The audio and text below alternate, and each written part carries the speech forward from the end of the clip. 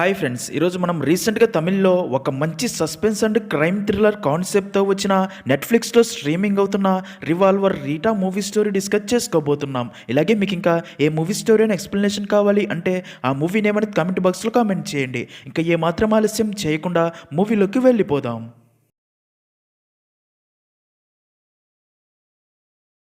Movie start అవ్వగానే పాండిచ్చేరిలో ఉండే rifle club owner అయిన ప్రభాకరన్ని చూపిస్తారు. ప్రభాకరన్ 30 సంవత్సరాలుగా కష్టపడి సంపాదించి తన ఫ్యామిలీ కోసం దాచిన 2 కోట్ల డబ్బుతో ఒక ల్యాండ్ కొనగా రిజిస్ట్రేషన్ పూర్తయ్యాక తన ల్యాండ్ అమ్మినవాడు నకిలీ పత్రాలతో వేరే వాళ్ళ స్థలం చూపించి మోసం చేసి పారిపోయాడు అని తెలియడంతో ఇచ్చిన డబ్బు కొన్న స్థలం రెండూ పోవడంతో ప్రభాకరన్ ఒక మంచివాడి 30 సంవత్సరాల సంపాదనని ఒక చెడ్డవాడు ఒకే రోజులో దోచుకొని పోవడంతో ప్రభాకరన్ బాధతో గన్తో షూట్ చేసుకుని ఆత్మహత్య చేసుకొని చనిపోతాడు. ఇంకా ఇక్కడే మనకి అదే పాండిచ్చేరిలో పెద్ద గ్యాంగ్స్టర్ అయిన డ్రాకులా పాండియన్ని చూపిస్తారు. పాండిచ్చేరి మొత్తాన్ని తన గుప్పిట్లో పెట్టుకొని శాసిస్తూ ఉంటాడు. ఇంకా పాండియన్ తర్వాత తన స్థానాన్ని తన కొడుకు డ్రాకులా బాబీ తీసుకుని సెటిల్మెంట్స్ అన్ని తనే చూసుకుంటూ ఉంటాడు. పాండియన్ కంటే బాబీ చాలా డేంజరస్. ఇలా ఉండగా పాండిచ్చేరిలో ఒక ల్యాండ్ సెటిల్మెంట్ వివాదంలో ఆంధ్ర నుండి వచ్చిన నరసింహారెడ్డి అనే పొలిటీషియన్ కి డ్రాకులా పాండియన్ కి మధ్య పెద్ద గొడవ జరగ్గా తన తండ్రినే మొదటిసారి ఎదిరించి మాట్లాడాడు అని బాబీ కోపంలో నరసింహారెడ్డి తల నరికి తన తమ్ముడికి గిఫ్ట్గా పంపి వార్నింగ్ కూడా ఇస్తాడు. తన అన్న తల చూసిన రెడ్డి చాలా ఎమోషనల్ అయ్యి నా అన్న తల నరికి నాకు గిఫ్ట్గా పంపిన ఆ బాబీ గాడికి వాడి తండ్రి తల నరికి గిఫ్ట్గా పంపుతాను, ఇదే నా అన్న తల మీద ఆనాని కోపంతో రగిలిపోతాడు. అలా ప్రభాకరన్ హత్య, రెడ్డి అన్న హత్య, ఈ 2 సంఘటనలు కనెక్ట్ చేసి కర్మ ఆడబోయే ఆటే ఈ మూవీ కథ. సీన్ కట్ చేస్తే మన మూవీలో మెయిన్ క్యారెక్టర్ అయిన రీటాని చూపిస్తారు. రీటా ప్రస్తుతం రెస్టారెంట్ అండ్ బేకరీ షాప్లో పనిచేస్తూ ఉంటుంది. ఇంకా రీటా ఫ్యామిలీలో తన అమ్మ ఇంకా 2 సిస్టర్స్ కూడా ఉంటారు. అక్కకి పెళ్ళయి ఉంటుంది, కానీ తన భర్త తాగుబోతు అవటంతో కట్నం తీసుకురమ్మని తన భార్య కూతురిని పుట్టింటికి పంపి ఉంటాడు. ఇంకా చెల్లెలు నీట్కి ప్రిపేర్ అవుతూ ఉంటుంది. ఇలా ఉండగా ఒకరోజు రీటా అక్క కూతురు బర్త్డే అవ్వడంతో తను వర్క్ చేసే బేకరీ షాప్లోనే ఒక బర్త్డే కేక్ రెడీ చేయించి ఇంటికి తీసుకుని వస్తుంది. ఇదిలా ఉంటే మరో పక్క లల్లు అనే ఒక అమ్మాయిల బ్రోకర్ పాండియన్కి ఫోన్ చేసి ఒక కొత్త అమ్మాయి వచ్చింది అని ఆ అమ్మాయి ఫోటో అండ్ వీడియో పంపగా అవి చూసిన పాండియన్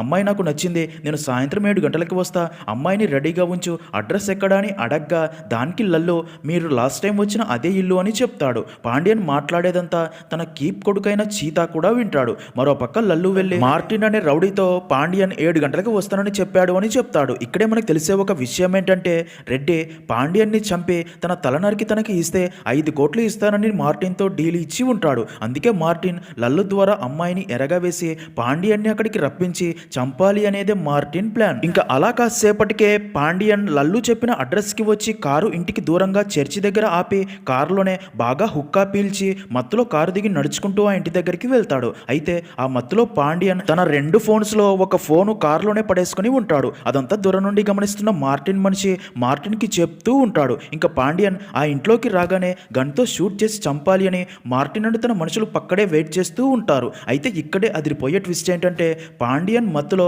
లెఫ్ట్ సైడ్లో ఉన్న 5వ ఇంటికి వెళ్లకుండా రైట్ సైడ్లో ఉన్న 5వ ఇంటికి వెళ్తాడు. అది చూసిన మార్టిన్ మనిషి తనకి ఫోన్ చేసి అదే విషయం చెప్పడంతో షాక్ అవుతారు. ఇంకా ఇక్కడే మరో ట్విస్ట్ ఏంటంటే పాండియన్ వెళ్ళిన ఇల్లు ఎవరిదో కాదు, రీటా వాళ్ళ ఇల్లే. పాండియన్ని చూసిన రీటా అంటూ తన అమ్మ ఎవరయ్యా నువ్వు, ఎందుకు ఇక్కడికి వచ్చావని ఎంత అడిగినా సమాధానం చెప్పు. రీటాని చూసి తనే ఆ అమ్మాయి అనుకుని అసభ్యకరంగా ప్రవర్తించబోతాడు. దాంతో రీటా అమ్మకి చాలా కోపం వస్తుంది. అప్పుడే లల్లు పాండియన్కి ఫోన్ చేయగా లిఫ్ట్ చేస్తాడు. అప్పుడే రీటా అమ్మ కోపంలో పాండియన్ తలపై పాత్రతో బలంగా కొట్టగా పాండియన్ తలకి గాయమయ్యి అక్కడికక్కడే కింద పడిపోగా రీటా అండ్ తన అమ్మ అతన్ని చెక్ చేయగా తను చనిపోయాడు అని తెలిసి షాక్ అవుతారు. ఇంకా వారు మాట్లాడుకునేదంతా వింటున్న మార్టిన్ అండ్ లల్లుకి కూడా విషయం తెలిసి వారు కూడా షాక్ అవుతారు. అయితే మార్టిన్ కి తాము చేయాల్సింది వాళ్ళు చేశారు అని ఇప్పుడు ఎలాగైనా పాండియన్ డెడ్ బాడీని తాము దక్కించుకోవాలని ఫిక్స్ అవుతారు. వారు మాట్లాడుకునేదంతా పాండియన్ ఫోన్ ద్వారా వింటూ ఉంటారు. నెక్స్ట్ సీన్ లో రీటా అండ్ తన అమ్మ పాండియన్ డెడ్ బాడీ చూస్తూ ఇప్పుడు ఏం చేయాలో అర్థం కాక భయపడిపోతూ ఉంటారు. ఇంకప్పుడే బయటికి వెళ్ళిన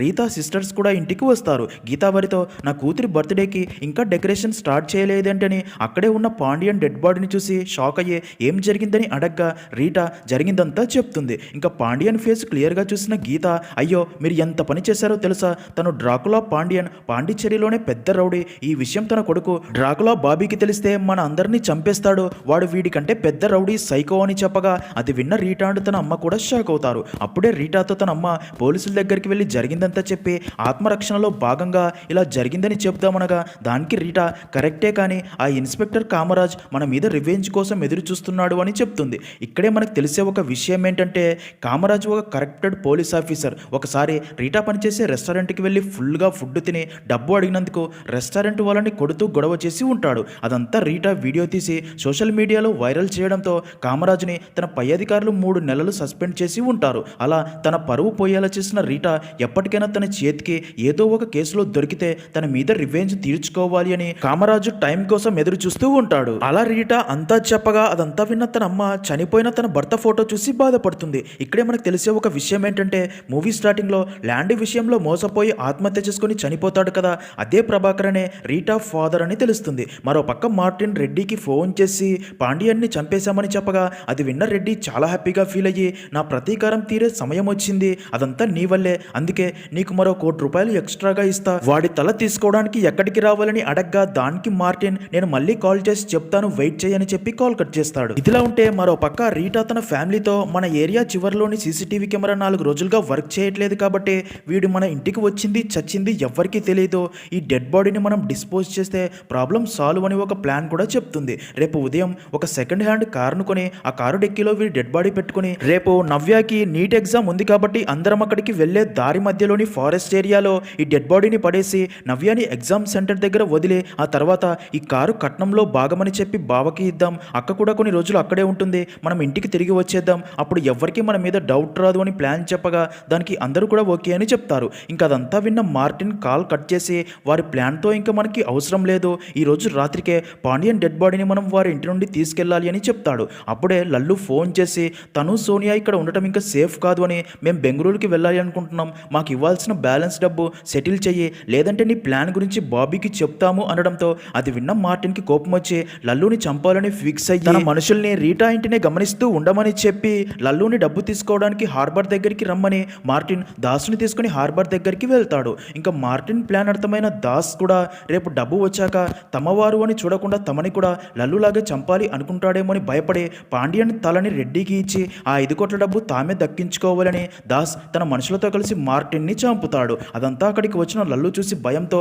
వారి ప్లాన్ అర్థమయ్యి అక్కడ నుండి పారిపోతాడు. అప్పుడే దాస్ రెడ్డికి ఫోన్ చేసి నేను కూడా మార్టిన్ మనిషినే, పాండ్యన్ తల ఇప్పుడు నా దగ్గర ఉంది, డబ్బు రెడీ చేసుకోండి, తల మీకు అప్పచెప్తాను, 1 గంటలో మీకు మళ్ళీ కాల్ చేస్తా, అక్కడికి వచ్చి తల తీసుకోండి అని చెప్తాడు. సీన్ కట్ చేస్తే దాస్ అండ్ తన మనుషులు పాండ్యన్ డెడ్ బాడీని రీటా ఇంటి నుండి తీసుకురావాలని వెళ్తూ దారి మధ్యలో వైన్ షాప్ దగ్గర ఆగి డ్రింక్ చేస్తూ ఉండగా అప్పుడే అటుగా జీపులో వెళ్తున్న ఇన్స్పెక్టర్ కామరాజు వారిని చూసి అనుమానాస్పదంగా కనిపించడంతో వారు ఏ తప్పు చేయకపోయినా సరే వారిని బలవంతంగా అరెస్ట్ చేసి పోలీస్ స్టేషన్కి తీసుకెళ్తాడు. దాంతో దాస్కి ఏం చేయాలో అర్థం కాదు. మరో పక్క రీటా ఫ్యామిలీ పాండ్యన్ డెడ్ బాడీని ఫ్రిడ్జ్లో పెడతారు. ఇంకా అలా మరుసటి రోజు ఉదయం బాబీకి రాత్రి వెళ్ళిన తన తండ్రి పాండ్యన్ ఇంకా ఇంటికి రాలేదు అని తెలిసి ఫుల్గా టెన్షన్ పడతాడు. అప్పుడే చీతా బాబీతో రాత్రి బ్రోకర్ లల్లు ఫోన్ చేశాడు, దాంతో నాన్న అమ్మాయితో ఎంజాయ్ చేయడానికి వెళ్ళాడు అని రాత్రి చూసిందంతా చెప్తాడు. అది విన్న బాబే లల్లుకి కాల్ చేయగా తన ఫోన్ వర్క్ చేయదు, తన ఫాదర్ 2 ఫోన్లకి ఫోన్ చేయగా అవి కూడా వర్క్ చేయవు. దాంతో వెంటనే ఇన్స్పెక్టర్ కామరాజుకి ఫోన్ చేసి నాన్న నిన్న రాత్రి నుండి మిస్సింగ్,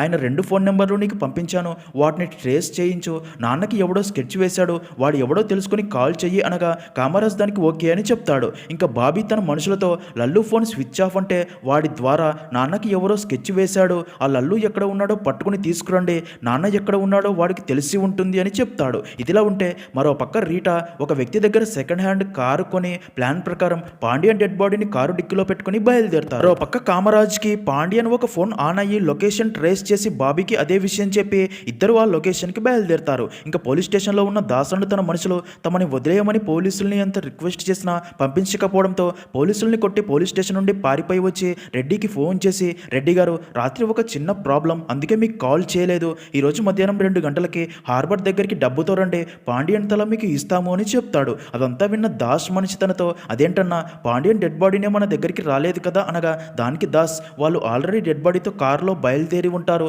వారిని ఫాలో అయ్యి వెళ్ళి డెడ్ బాడీ పడేసి వెళ్ళాక దాన్ని తీసుకొద్దామని చెప్తాడు. నెక్స్ట్ సీన్లో అలా కామరాజ్ అండ్ బాబీ ఆ లొకేషన్కి వెళ్ళగా అక్కడ రీటాకి కారు అమ్మిన అదే వ్యక్తి ఉంటాడు. తనని కొట్టి నీకు ఫోన్ ఎక్కడిది అని అడగ్గా దానికి ఆ వ్యక్తి నేను కార్లు దొంగతనం చేసి అమ్ముతూ ఉంటాను, రాత్రి ఆ కారు లాస్పేట చర్చి దగ్గర ఉండింది, అందులోనే ఈ ఫోన్ కూడా ఉండింది, ఉదయమే ఆ కార్ని రెస్టారెంట్లో పనిచేసే రీటా అనే అమ్మాయికి అమ్మాను అని అని చెప్తాడు. అది విన్న కామరాజ్ బాబీతో నాన్న మరొక ఫోన్ చివరి లొకేషన్ కూడా అదే ఏరియా చూపిస్తుంది. ఆ చర్చి పక్కనే లల్లు ఇల్లు ఉంది, వెళ్ళి నువ్వు వాడు ఎక్కడ ఉన్నాడో కనుక్కో, ఈ రీతార్ సంగతి నేను చూసుకుంటా అని చెప్తా. అలా బాబీ లల్లు ఇంటికి, రెడ్డి హార్బర్కి, దాస్ రీటా ఆ డెడ్ బాడీని డిస్పోజ్ చేసే ప్లేస్కి బయలుదేరుతారు. మరో పక్క రీటా ఒక పెట్రోల్ బంకులో కారుకు పెట్రోల్ పొట్టిస్తూ ఉండగా వెనక నుండి చీతా కారు గుద్దడంతో రీటా అమ్మ తనతో గొడవ పెట్టుకోబోగా తను బాబీ తమ్ముడు అని అర్థమయ్యి అక్కడ నుండి నేరుగా ఫారెస్ట్ ఏరియాలోకి వెళ్ళి కారు ఆపి అక్కడే డెడ్ బాడీ పడేయాలి అనుకోగా చీతా కారు గుద్దడం వల్ల డిక్కీ డోర్ జామ్ అయ్యి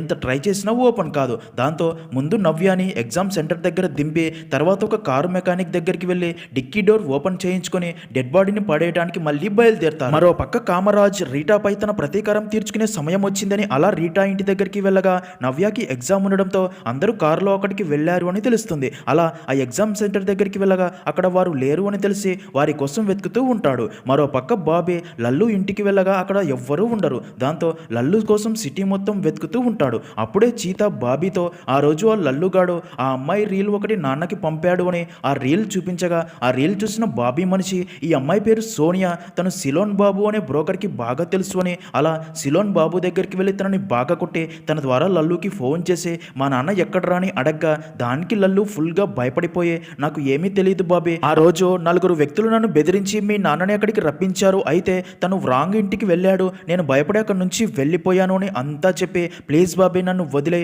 నన్ను వెతక్కు అని ఫోన్ స్విచ్ ఆఫ్ చేస్తాడు. అప్పుడే బాబీతో తన మనిషి వాడు చెప్పిన ఇంట్లో ఏదో జరిగింది, అక్కడికి వెళ్తే ఏదైనా లీడ్ దొరకవచ్చు అని చెప్పడంతో అలా అందరూ రీటా ఇంటికి బయలుదేరుతారు. ఇదిలా ఉంటే రెడ్డి దాస్కి ఫోన్ చేసి గంట నుండి హార్బర్లో వెయిట్ చేస్తున్నా నాకు ఆ పాండ్యన్ గాడి తల కావాలి, అది ఆ బాబీ గాడికి గిఫ్ట్గా పంపాలి అనగా దానికి దాస్ 2 గంటలకి పక్కగా మీకు పాండ్యన్ తల ఇస్తా అని మాట్లాడుతూ అప్పుడే అటుగా కారులో వెళ్తున్న రీటాని చూసి వారి కారుని ఆపబోతారు. అయితే అప్పుడే కామరాజ్ రీటా వాళ్ళ కారుని ఆపుతారు. రీటా తనని చూసి మొదట డెడ్ బాడీ గురించి తనకి తెలిసిపోయిందేమోని భయపడుతుంది. కానీ అప్పుడే కామరాజ్ వారితో ఈ కారు పాండ్యన్ది, ఎక్కడి నుండి దొంగతనం చేశారు అంటాడు. దానికి రీటా తాము దొంగతనం చేయలేదు, ఉదయమే ఒక వ్యక్తి దగ్గర కొన్నామని ఎంత చెప్పినా సరే తన మాటలు వినకుండా వారిని కారుని పోలీస్ స్టేషన్కి తీసుకెళ్తారు. అదంతా చూసిన దాస్కి డెడ్ బాడీ కారు డిక్కీలోనే ఉందని అర్థమయ్యి కారు డిక్కీలోని పాండ్యన్ డెడ్ బాడీని ఎలాగైనా తాము దక్కించుకోవాలని ఆ కారునే ఫాలో అవుతూ వెళ్తారు. అలా ఇన్స్పెక్టర్ వాళ్ళని పోలీస్ స్టేషన్కి తీసుకెళ్లి రీటాతో నువ్వు తీసిన వీడియో వల్ల నేను ఎంత బ్యాడ్ అయ్యానో, ఇప్పుడు నువ్వు నీ ఫ్యామిలీని అంత బ్యాడ్ చేస్తాను అని వారి వీడియో రికార్డ్ చేస్తూ రీటా తన ఫ్యామిలీతో కలిసి కార్లు దొంగతనం చేస్తుంది, దొంగలించిన కారులోనే డ్రగ్స్ కూడా సప్లై చేస్తుందని అలా అన్ని కేసులు తన మీద పెట్టి ఎఫ్ఐఆర్ బుక్ చేయబోగా అదంతా చూస్తున్న రీటా తనతో సార్ నేను చేసింది తప్పే, కానీ ఇప్పుడు మా మీద ఈ ఎఫ్ఐఆర్ అది వద్దు సార్, కావాలంటే మనం మాట్లాడుకుని సెటిల్ చేసుకుందామనగా అది విన్న కామరాజ్ అలా అంటారా, అయితే ఓకే అని రీటా తీసిన వీడియో వల్ల 3 నెలల సస్పెండ్ ఇంకా పర్సనల్గా తనకి జరిగిన డ్యామేజ్కి బదులుగా తనకి 50 లక్షలు డబ్బు ఇవ్వాలి అని డిమాండ్ చేయగా దానికి రీటా తన దగ్గర అంత డబ్బు లేదు అంటుంది. దానికి కామరాజ్ అయితే నా దగ్గర ఒక ఐడియా కూడా ఉంది, నువ్వు నీ సిస్టర్స్ చాలా అందంగా ఉన్నారు కదా, నేను చెప్పిన ప్లేస్కి నెల రోజులు కాంట్రాక్ట్కి వెళ్ళి వారు చెప్పినట్లు వినండి, నేను అడిగిన డబ్బు ఇస్తారు అని చాలా అసహ్యంగా మాట్లాడడంతో అది విన్న రీటాకి చాలా కోపం వచ్చి కామరాజ్పై సీరియస్ అవుతుంది. దాంతో కామరాజ్కి కూడా చాలా కోపం వచ్చి వారిపై స్టేషన్లో పెండింగ్లో ఉన్న కేసులన్నీ రీటా మీద పెట్టమని చెప్పి బాబీకి ఆ కారు తీసుకెళ్లి ఇవ్వడానికి వెళ్ళబోగా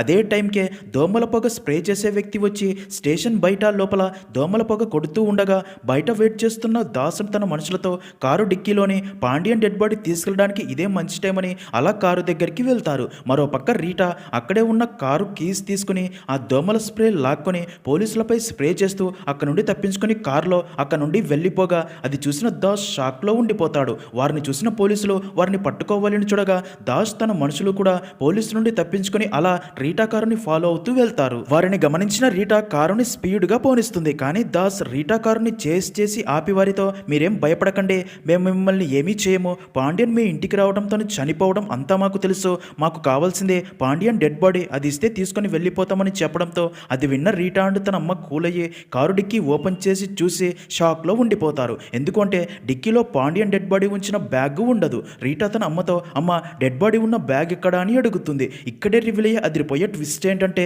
నిజానికి ఆ రోజు రాత్రే దాస్ మార్టిన్ని చంపాక లల్లు అక్కడికి వస్తే తనని కూడా చంపాలి అనుకుంటాడు కదా, అది చూసిన లల్లు భయపడి అక్కడి నుంచి వెళ్ళి సోనియాని కలిసి విషయం చెప్పి మనం ఇక్కడ ఉండటం సేఫ్ కాదు, బెంగళూరుకి పారిపోదాం అంటాడు. దానికి సోనియా ఇక్కడ నుండి పారిపోయి బాబీకి భయపడుతూ చస్తూ బ్రతక బతకమంటావా? అందుకే పాండియన్ డెడ్ బాడీ రీటా ఇంట్లో ఉంది కదా, దాస్ కంటే ముందే మనమే పాండియన్ డెడ్ బాడీ వారి దగ్గర నుండి తీసుకుని ఆ రెడ్డికి అప్పచెప్తే ఆ 5 కోట్లు మనకే దక్కుతాయి. తర్వాత మనం బెంగళూరు వెళ్ళి హ్యాపీగా ఉండవచ్చు అని ప్లాన్ వేసి దాసుని పోలీసులు అరెస్ట్ చేసి తీసుకెళ్లడం చూశాక నెక్స్ట్ డే మార్నింగ్ రీటా కారుని ఫాలో అవుతూ వెళ్ళి రీటా కారు డిక్కి జామ్ అయ్యి ఓపెన్ కాక తన చెల్లెల్ని ఎగ్జామ్ సెంటర్ దగ్గర వదిలిపెట్టడానికి వెళ్తారు కదా, అప్పుడే Lallu and Sonia Rita car dickey నుండి పాండియన్ డెడ్ బాడీ ఉన్న బ్యాగ్ తీసుకుని అక్కడ నుండి వెళ్ళిపోయి ఉంటారు. ఇంకా స్టోరీ ప్రెజెంట్ లో లల్లు రెడ్డికి ఫోన్ చేసి పాండియన్ డెడ్ బాడీ తమ దగ్గరే ఉంది, మీరు చెప్పినట్లు 5 కోట్లు తీసుకుని ఓల్డ్ హార్బర్ దగ్గరికి రండి అని చెప్తాడు. అది విన్న రెడ్డి షాక్ అయ్యి నీకు 5 నిమిషాల్లో మళ్ళీ కాల్ చేస్తాను అని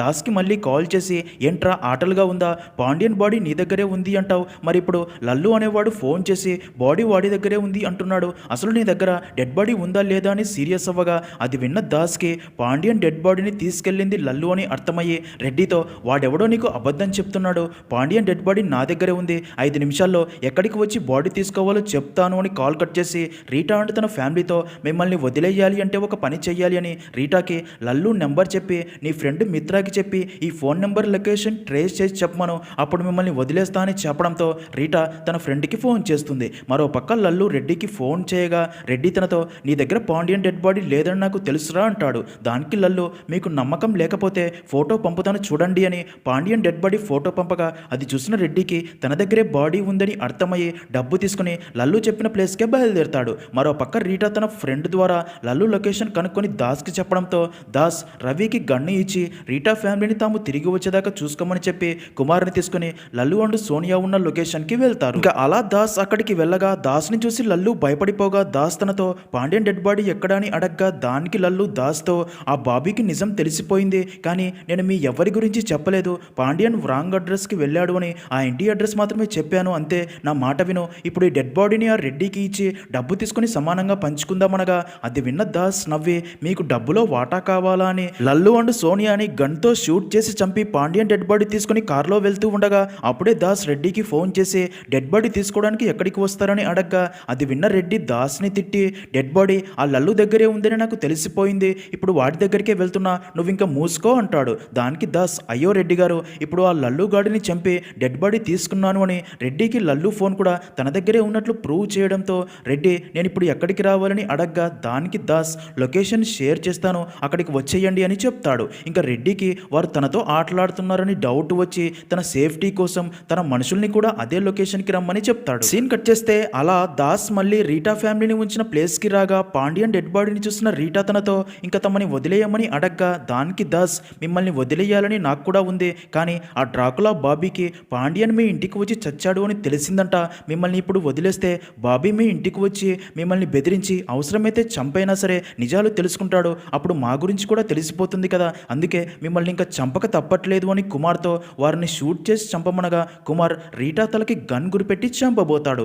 అయితే ఇక్కడే అదిరిపోయే ట్విస్ట్ ఏంటంటే అప్పుడే దాస్ మనిషి రవి కుమార్ని షూట్ చేసి చంపగా అది చూసిన దాస్ షాక్ అవ్వగా రీటా దాస్ని చూసి నవ్వుతుంది. నిజానికి దాస్ అండ్ కుమార్ లల్లు దగ్గరికి వెళ్ళినప్పుడే రీటా అక్కడి నుంచి తప్పించుకుని ఆ 5 కోట్ల డబ్బు డీల్ గురించి తెలుసుకుని ఒక ప్లాన్ ఆలోచించి రవితో నిన్ను మొదట చూడగానే నాకు బాగా నచ్చేసావు, ఇంకా ఎన్ని రోజులు ఈ దాస్ దగ్గర చిల్లర డబ్బుల కోసం పనిచేస్తూ ఉంటావు, మన ఇద్దరం పెళ్లి చేసుకుందాం, మనం పెళ్లి తర్వాత హ్యాపీగా బ్రతకాలి అంటే ఆ 5 కోట్ల డబ్బు మనకే దక్కాలి, అందుకే ఆ కుమార్ని దాస్ని చంపే పాండియన్ తలని రెడ్డికి ఇచ్చి ఆ 5 కోట్లు మనమే తీసుకుని అమెరికాకి వెళ్ళి హ్యాపీగా బ్రతుకుదామని చెప్పి నమ్మించి ఉంటుంది. రవి రీటా అందానికి ఫిదా అయ్యి తన మాటలు నమ్మేసి ఉంటాడు. ఇంకా దాస్కి నిజం తెలిసి రవితో వారి మాటలు నమ్మకురా, నిన్ను మోసం చేస్తున్నారు అని ఎంత చెప్పినా సరే రవి తన మాటలు వినకుండా దాస్ని కూడా గన్తో షూట్ చేసి చంపేస్తాడు. మరో పక్క బాబీ రీటా ఇంటికి వెళ్ళగా అక్కడ ఎవ్వరూ లేకపోవడంతో రీటా ఫ్యామిలీ కోసం వెతుకుతూ ఉంటారు. మరో పక్క రవి దాస్ని చంపి రీటాతో పాండియన్ డెడ్ బాడీ తీసుకెళ్లి రెడ్డికి ఇచ్చి డబ్బు తెచ్చుకుందాం పదండి అనగా అది విన్న రీటా నవ్వి రాడ్డుతో రవి తలపై కొట్టడంతో తను కూడా స్ట్రోకోల్పోయి పడిపోతాడు. అప్పుడే రీటా కామరాజ్కి ఫోన్ చేసి సార్ మీరు అడిగింది 50 లక్షలే కదా, అదే ఇప్పుడు నేను చెప్పిన ప్లేస్కి మీరు వస్తే 5 కోట్లు వస్తాయి, ఇది మన మధ్య జరిగిన గొడవకి డీల్ అని చెప్పగా దానికి కామరాజ్ ఎక్కడికి రావాలని అడుగుతాడు. దానికి రీటా లైవ్ లొకేషన్ పంపుతాను రండి అని చెప్తుంది. నెక్స్ట్ సీన్లో అలా కామరాజ్ ఆ ప్లేస్కి వచ్చి అక్కడే పడి ఉన్న Das and Kumar dead bodies ఇంకా బ్యాగ్లో ఉన్న పాండియన్ డెడ్ బాడీని చూసి వీళ్ళని చంపింది ఎవరు, ఏం జరిగిందని అడగ్గా దానికి రీటా వీళ్ళే సార్ పాండియన్ని చంపడానికి ప్లాన్ వేసింది, పాండియన్ అడ్రస్ మారి మా ఇంటికి రాగా తనని మా ఇంట్లోనే చంపేశారు. రెడ్డి వీళ్ళకి 5 కోట్ల డీల్ ఇచ్చాడంట. అందుకే మా కారులోనే పాండియన్ డెడ్ బాడీని రెడ్డికి ఇవ్వడానికి తీసుకెళ్తూ ఉండగా మీరు మమ్మల్ని దారి మధ్యలో పట్టుకున్నారు. డిక్కీలో డెడ్ బాడీ ఉండటం వల్లే భయపడి మేము పోలీస్ స్టేషన్ నుండి పారిపోయాము. ఇప్పుడు వీరి మధ్య డబ్బు షేరింగ్లో గొడవ వచ్చి ఒకరినొకరు షూట్ చేసుకుని చనిపోయారు. ఇప్పుడు ఆ రెడ్డికి ఈ పాండియన్ డెడ్ బాడీ ఇస్తే తనే 5 కోట్లు ఇస్తాడంట. అందుకే రెడ్డితో మీరు మాట్లాడి తనకి ఈ డెడ్ బాడీ ఇచ్చి ఆ 5 కోట్లు మీరే తీసుకుని మమ్మల్ని వదిలేయండి అని చెప్పడంతో అది విన్న కామరాజ్ డబ్బుకి ఆశపడి రెడ్డికి ఫోన్ చేసి పాండియన్ డెడ్ బాడీ నా దగ్గరే ఉంది, నేను పంపే లొకేషన్కి రమ్మని చెప్పగా అది విన్న రెడ్డి మొదట నమ్మడు. కానీ డెడ్ బాడీ ఫోటో పంపడంతో ఓకే అని చెప్పి ఆ లొకేషన్కి బయలుదేరతాడు. ఇంకా ఇక్కడే అదిరిపోయే ట్విస్ట్ ఏంటంటే అప్పుడే అక్కడికి బాబీ రీటా చెల్లెల్ని తీసుకుని అక్కడికి వస్తాడు. అది చూసిన రీటా హ్యాపీగా ఫీల్ అవ్వగా కామరాజ్ షాక్లో ఉండిపోతాడు. నిజానికి బాబీ రీటా ఇంటికి వెళ్ళినప్పుడే ఫ్యామిలీ అంతా తన చెల్లెలు నీట్ ఎగ్జామ్ కోసం వెళ్ళారని తెలిసి అలా ఎగ్జామ్ సెంటర్ దగ్గరికి వెళ్ళి రీటా చెల్లెల్ని పట్టుకోగా తను ఇదే లొకేషన్కి తీసుకుని వస్తుంది. ఎందుకు అంటే అప్పటికే రీటా తన చెల్లెలు ఫోన్కి తన దగ్గరికి బాబీ వస్తే ఇదే లొకేషన్కి తీసుకురమ్మని లొకేషన్ షేర్ చేసి ఉంటుంది కాబట్టి. ఇంకా అక్కడ తన ఫాదర్ డెడ్ బాడీ చూసిన బాబీ ఫుల్గా ఎమోషనల్ అయ్యి అక్కడే పడి ఉన్న దాస్ అండ్ తన మనసులో డెడ్ బాడీస్ చూసి మా నాన్నని చంపమని చెప్పింది ఎవరో నాకు ఇప్పుడే నిజం తెలియాలి అనగా కామరాజ్ బాబీతో